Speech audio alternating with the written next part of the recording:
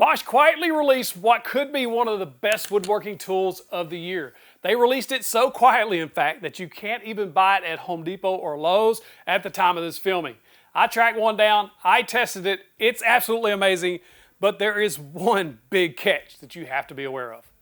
Let's go. So here's the deal. This is the Bosch GOF13-25. Say that 3 times fast. It's very hard to remember the model number, but this is a brand new mid-size router from Bosch. And the reason you've probably never heard of it is because Bosch put basically zero marketing behind it, as far as I can tell. No big launch. There's only a couple of places you can buy this online, which I'll put those links in the description, the pinned comment. Of course, my TV viewers can scan that QR code, takes you right to my website where you can check out this router for yourself. But first, I've been doing this long enough that when a brand like Bosch, a big notable brand, quietly releases a tool like this, I get a little suspicious. Is it a hidden gem that they just didn't promote, or is there a reason they kept it quiet? I think it's a little bit of both. There's a lot to love here, but there is that one catch. Well packaged. First impression, seeing it, it looks really good. Like, it's a good looking tool. It's a little bigger than I was expecting, but it's not a bad thing. It feels good in the hands, like the ergonomics of this. I love the forward-leaning handles here. I can feel the trigger here at my right index finger. The ergonomics are going to be really good here as far as control. Variable speed right here on the top thumb. I like it. And then the plunge action right here. Plunge action itself, nice and smooth. Got a little bit of resistance there, which I really appreciate. All right, unboxing the rest of this, we do have an edge guide with 2 bars that goes with that edge guide. We also have some extra parts and pieces as well as the wrench. Now this wrench, we'll see. It just kind of looks weird and jinky. I'm not a fan of this design, but we'll see how that works with this router. I'm sure it'll be fine, but it could be better, I think. We also get a dust collection adapter along with this. And of course, the instruction manual, which you should read.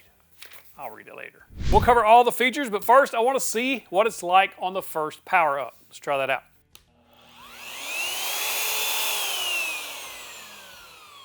Soft start, I like to see that. I would like to see a little bit of a blade brake or bit brake here. You heard that it kind of spins down or ramps. It just doesn't have a brake. It just spins down until it stops. I would like to see a better or a brake on there. Several trim routers actually have a bit stop. In other words, when you turn the motor off, it stops relatively quickly, kind of like the soft start, but in reverse. This doesn't have that, but it does have that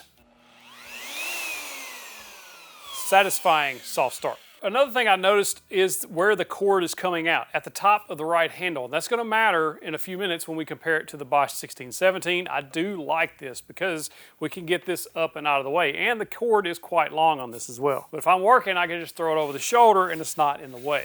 Let's go over the features of this router. This is a 1 3/4 horsepower motor on this router, or 10.8 amps, I believe is what it said. Overall, I think the power is going to be plenty for us. We're going to put it through the paces. I also love the fact that we got a variable speed dial right here on the thumb. So if I'm working with it in real time, I don't have to look around and find or look up here on the top. It's right there at my thumb, and I can adjust it as needed. We can go as slow or as fast as we need. Also like the plunge base on here, very easy to manipulate. It does have a little bit of pushback on those springs, so they're not too soft. They're just right, I think. More Goldilocks springs there. But I do like the thumb switch that you push it down to plunge the router or to release the plunge, and then release that switch, and it locks wherever you release it at. We do have a depth adjustment here, and one of the more fine detailed turret style depth stops that I've seen. A lot of these turret styles are only 3 or 4 increments that you can use. This one has 8 different increments you can use, and of course it does have a sliding bar here that you can use to set any depth that you want. It's going to help you get repeatable, accurate plunges every time. I also have this fold down, I guess it's a blade guard, more of a dust shroud, I think, just to keep dust from flying out that side. And then I also went ahead and installed this dust adapter here. Just 2 thumb screws come out, and then you just screw those back in place. We also have an edge guide, which I greatly appreciate. I love having edge guides on the router, and we can just attach this when we need it. One feature I kind of like is it does have the little safety button here so you don't accidentally squeeze the trigger. So you can't power the router on unless your thumb hits that switch, the little red switch there on the side. Then you can activate the switch on the front. When you activate it, it will lock into position like this.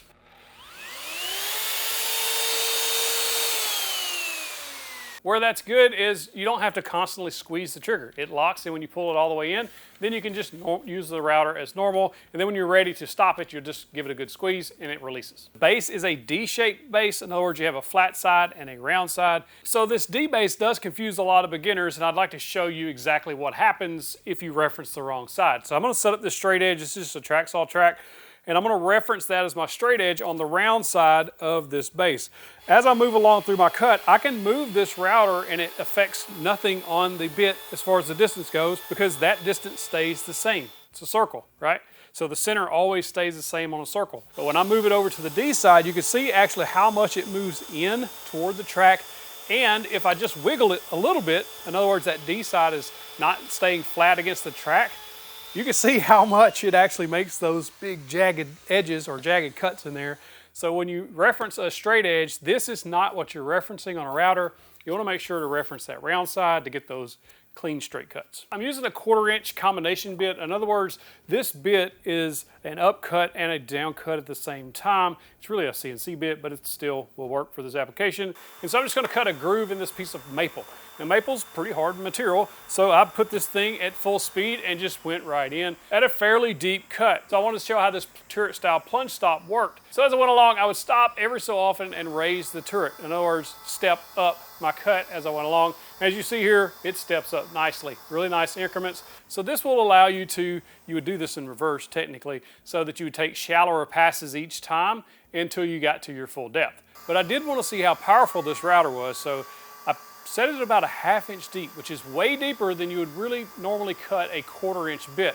Usually you want to go about half as deep as your bit is in diameter. So a 1/4 inch bit, we wouldn't want to go over an 1/8 inch, typically per pass.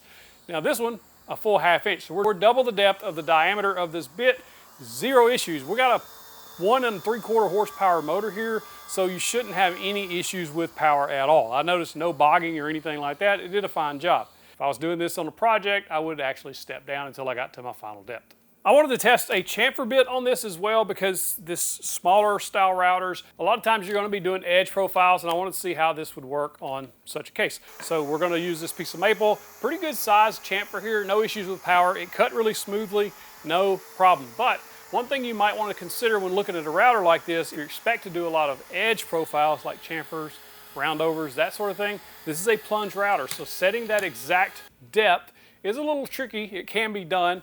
I did it here, as you see, no problem. You have to be a little more finesse with it to get that perfect setting, because you don't have that micro adjustment like you do, say, on a fixed base router. Typically, if you're going to be doing a lot of edge profile work, I would highly recommend just picking up a small trim router in the battery platform that you're in.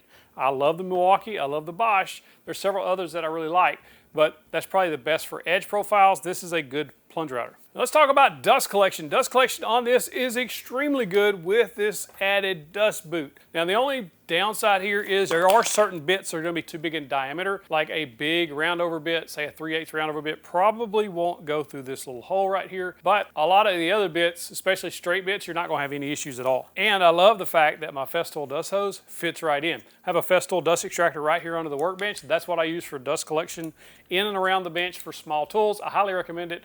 There's all sorts of others out there that you could pick, but I do like that it does accept that hose, friction fit without any issues. This router is absolutely incredible, but here's a big catch, and it could be a deal breaker for a lot of you out there. This will only accept 1/4 inch bits. In other words, it doesn't have a 1/2 inch collet that comes with it. It is a 1 3/4 horsepower router, but you can only use 1/4 inch bits. There's also no fixed base. This is a plunge router only. But I think that's where you're getting a lot of that cost savings versus other routers that come with fixed and plunge base. Now, a lot of you watching, the 1/4 inch bit only is perfectly fine, but a lot of you do want that 1/2 inch compatibility, and that's where this comes into play. The Bosch 1617 versus the new Bosch 1 3/4 horsepower. Now this Bosch router is legendary in woodworking. You've probably seen this in stores, online, and people using these routers because they're absolutely amazing. This is one of the best routers ever made. I have one on my router table, have had for years. I have this one.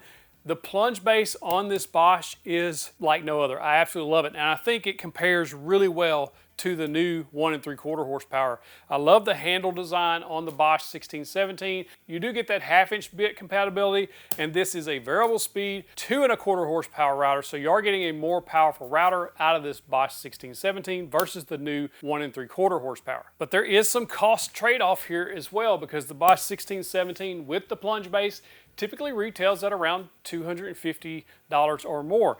Now this new Bosch is coming in at about $170, give or take. You can find sales on each one of these, which I would highly encourage you to sign up for my daily tool deals email. We send those out every single morning. All you have to do is click that first link in the description to sign up. It's absolutely free. We send them out every morning. But which one of these two is best for you in your shop will depend on if you need that 1/2-inch compatibility and that fixed base. There's only really one minor annoyance that I found with this router using it here in the shop, and I like the idea of this little dust shield in the front, but it's kind of sticky. When it folds down a lot easier than it folds up. When I go to fold it up, I feel like I'm going to break it before it pops back into place. That could have been designed a little better. I don't know how long this will last like that before this plastic gets brittle and breaks. Maybe it'll last a long time. I don't know, but it just doesn't feel as refined as the rest of this router. Now, 1/4-inch only might not be the deal killer for a lot of people, and if it's not, there's a lot of bits out there to choose from. They're probably one of the more common, especially in kits and things. And I would actually highly recommend the white side 4-piece set, especially if you don't have any really good quality router bits. These are fantastic. You get 4 of the most common bits, round over chamfer, and 2 flush trim bits. It's a crazy good deal because these are high quality bits. Now there's also a Bosch 6-piece that's a very good deal as well. And anything over that, I would just buy individual bits, because if you get into buying like big bit kits of 30, 40 bits, there's going to be a bunch in there that you just wasted money on you're not going to use. But the smaller sets like this 4-piece or 6-piece is a nice package. Bosch quietly dropped this impressive little router. For the right woodworker, this is a hidden gem. It's comfortable to hold and use. It has good dust collection, has plenty of power to do whatever you're going to need to do with a router of this size.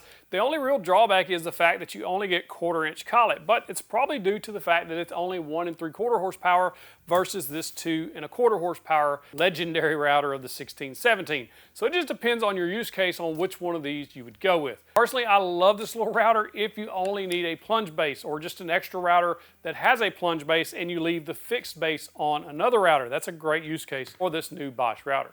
And if you'd like to pick this up for yourself, or even the 16-17, I'll put links in the description, the pinned comment, of course, that QR code right there you can scan with your phone. Takes you right to my website where you can shop these routers. In the meantime, you should check out Bosch's safest router, that 18 volt one I was telling you about. Has that nice safety feature. Click that box, get you the big old virtual fist bump.